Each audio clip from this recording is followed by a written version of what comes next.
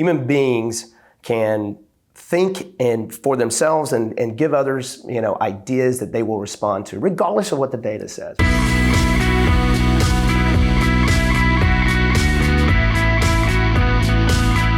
This is Velocitize Talks, and I'm Eric Jones. I'm here with Andrew O'Dell, the founder and CEO of Pereira ODell. Andrew, it's great to have you. Thanks for having me. You've been an agency founder several times over, and I wanted to ask most recently, what was the insight or the opportunity that you identified in the marketplace that led to the creation of Pereira ODell? Well, it was 10 years ago. And so at that point, PJ and I had both been in a company called AKQA for 3 years, working pretty closely together. It was primarily a digitally focused company at that time, but it still is, doing big web work and super hot place at the moment. But we did look at the industry overall in the market and say, is there an opportunity for a digitally led company and a group to come out and then expand from digital into other areas? Tell us a little bit about how, exactly that sort of evolution of your agency from digital to everything else, how now digital just pervades every single thing that you do. When we started, we had a grand vision of we will do more things for these companies. And the reality, when we walked out the door, they said, well, you're just two people with some other people. How are you going to do this? And like I said, it forced us into areas of more interesting type of content and I think opportunities that kind of brought everything together. It's a very ambitious group of people and super innovative thinkers that constantly are pushing the company forward. Would you draw any distinction between branded content and branded entertainment? Content still is a almost undefinable type of outcome now, right? And we do a lot of it. And sometimes it's entertainment, sometimes it's non-advertising like objects, right? But it's all serving a goal of what it needs to do for a particular client. Where do you see the future of branded entertainment going? I see it continuing to obviously evolving. Like our success around the Beauty Inside, which is a 5-year series, or the Intel Inside series. You need kind of mass appeal. You need some budgets. At that point, you needed larger budgets. Now I think you're able to do more with less, and that's a part of it. But I think more brands will get involved, and they're still kind of tinkering on the edges of it when they can really quantify the results of what it is. How are you blending, kind of the art, the creativity side of things with more of the science and the data analytics and all that stuff? They work well together sometimes, and sometimes they don't work well together so much. Human beings can think and for themselves and give others, ideas that they will respond to, regardless of what the data says. The data may say, well, this is exactly what you need to do for this, idea. This is what we want to do. But it takes you right into a zone where it gets drowned out by everything, right? And so, we use it when we think it's going to be valuable, and we don't when we don't. How are you building engagement with consumers in a world of goldfish attention spans? That's the second time I've heard that in 2 days, the goldfish attention span. Our engagement model, we're only trying to hit the people that we need to hit. And if we can find a way, like in Lo and Behold, to highly target a segment of people that are going to be interested in this content, right? And that film was a great film. I mean, it's a documentary that was, theatrical release, lots of people saw it, but was really only meant for a small segment of people to be a doorbuster for NetScout. Mm-hmm. And it worked well. So we looked at what is going to be the one thing we can do for them that's going to be interesting, that we don't care if other people see it or not, as long as these people see it. And I think you're going to see more and more of that. And if you can do that, the attention span of a goldfish opens up a lot, because you're talking to them in the right way. And that's how we want to talk to people, right? Get them where what they want to consume, right? Make it worth their time. And if it's worth their time, it's worth the client's money. That's guaranteed.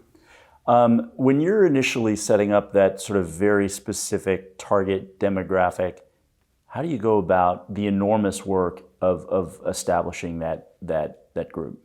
Everybody's trying to be everything to a client, and I think that's a really hard thing to do. And so my point being is that we don't try to be that. We try to be the thing that we're going to do best for that client. And our job really is how we're talking to them. And that's where I think the real strategy and creative, expertise comes in. What are the elements of a great story?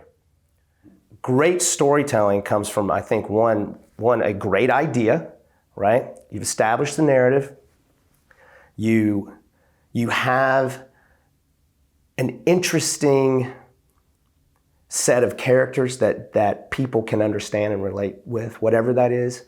And it's done in a way that obviously is, visually compelling, but at the end of the day, people invest their time in, right? If you can do those things, then you have I think you've crafted a great story. That's hard to do and make them all work at the same time, right? And so, I don't know if I answered that. Great storytelling's hard. It is. It's super hard. If anybody could do it, and do it consistently, that's the key. It's like the great companies out there, whether they're in our industry or other industries, it's hard to be consistently good, and it's almost impossible to be consistently great.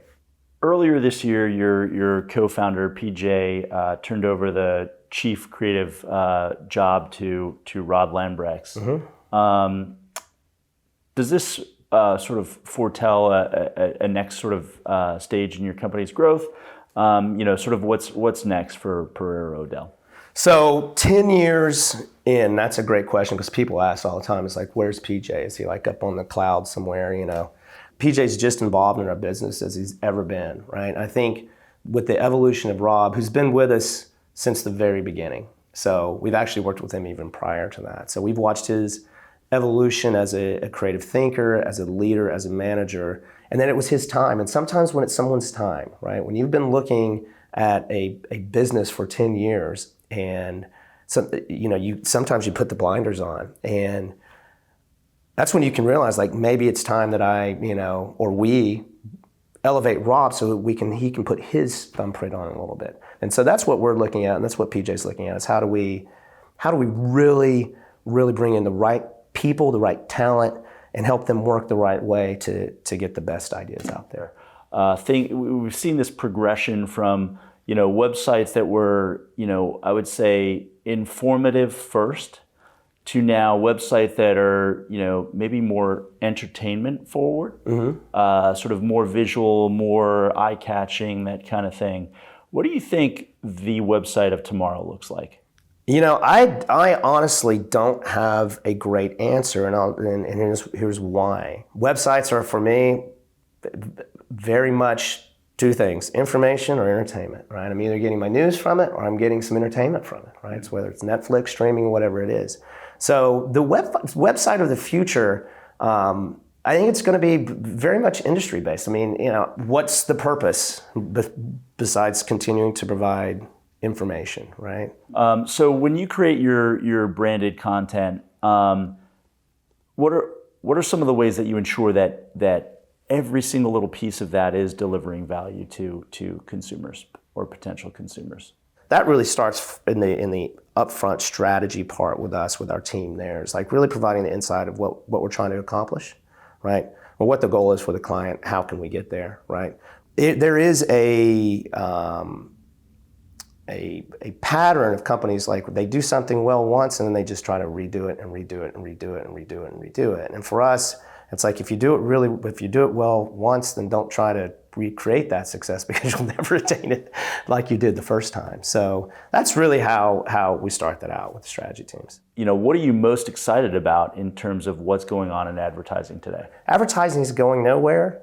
Like I said, how we deliver it, how it's created, and the types of people that are doing it, that is what's so exciting to me, because I can't speak for everybody in the industry, but I think there's a lot of companies that are looking at it the way we are, which is constantly evolving our business. I do think it's a golden opportunity for many companies that aren't saddled with thousands of people or hundreds of people to be able to take a few people and say, this is where we're going, this is what we're doing. Given your huge advantage in storytelling, tell us a little bit about how you see your opportunity within that sort of voice market? I can see a real opportunity for almost personalized storytelling, but it's going to have to require some kind of AI component that pulls, elements of this in. And I think it's not that we're a long way, this will happen, but that is one element to this new world of how can we use technology to reach, not just reach people, but help message to them better, right? And that's one example of about 10. One of the questions we love asking is a book that you'd recommend to our viewers. Right now I'm reading Hamilton, which is a pretty big book to bite off of, and I can't say if it's my favorite, but I've never seen the play. Obviously, he's an amazing American, represents a lot of what I wish we had more of right now.